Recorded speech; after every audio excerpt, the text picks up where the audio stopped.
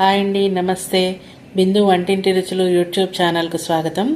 ఈరోజు బిందు వంటింట్లో 4వ మార్గశిర లక్ష్మి వారం పూజ నేను ఎలా చేసుకున్నాను, ముందు రోజు ఏ ఏర్పాట్లు చేసుకున్నాను, ముందు రోజు ఏ ఏర్పాట్లు చేసుకుంటే మర్నాడు పూజ మనం తొందరగా చేసుకోవచ్చు అనేది ఈ వీడియోలో మీ అందరికీ చూపిస్తానండి.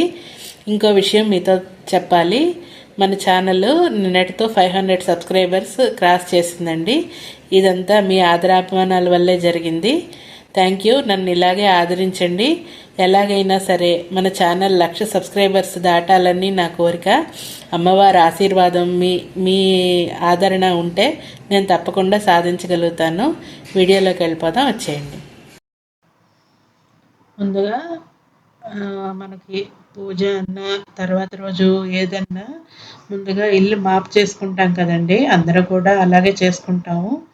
ముందుగా చీపురు వేసుకొని ఇల్లంతా ఊడ్చిన తర్వాత నేను మాపు చేసుకున్నానండి. ఇల్లంతా శుభ్రంగా మాపు చేసేసుకున్నాను.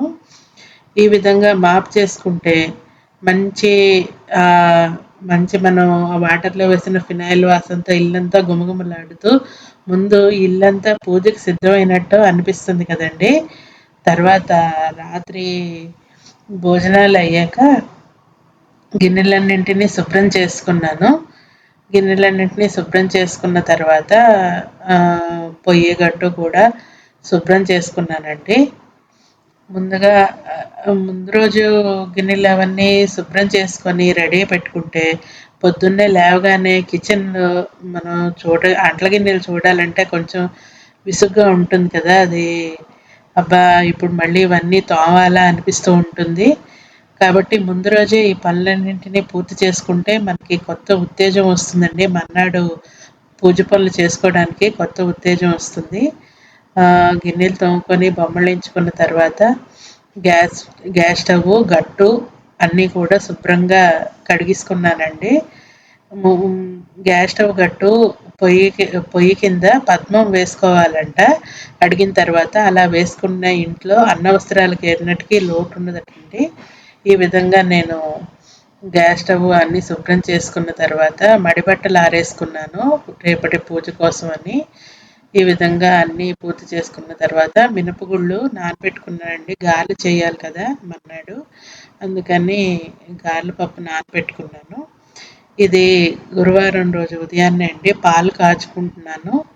ఉదయాన్నే గుమ్మం మీద ముగ్గు పెట్టుకొని పాలు కాచుకొని ముందుగా దేవుడి నైవేద్యానికి వెండి గిన్నెలోకి పాలు తీసుకుంటానండి ప్రతిరోజు నేను.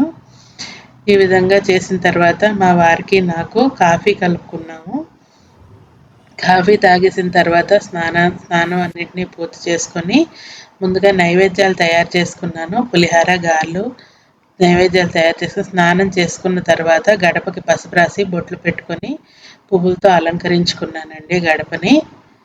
తర్వాత షోడశోపచారాలతో అమ్మవారికి పూజ చేసుకొని గారెలు, పులిహార, చక్కెర కలిపిన పాలు నైవేద్యంగా సమర్పించుకున్నాను అమ్మవారికి.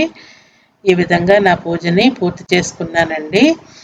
ఈ విధంగా ముందు రోజే అన్నీ తయారు చేసుకోవడం వల్ల ఆ రోజు పూజ సులభంగా అయింది నాకు. ఈ చిన్న వీడియో నచ్చితే కనుక నా ఛానల్ని లైక్ చేసి, షేర్ చేసి, సబ్స్క్రైబ్ చేసుకోండి. Thank you.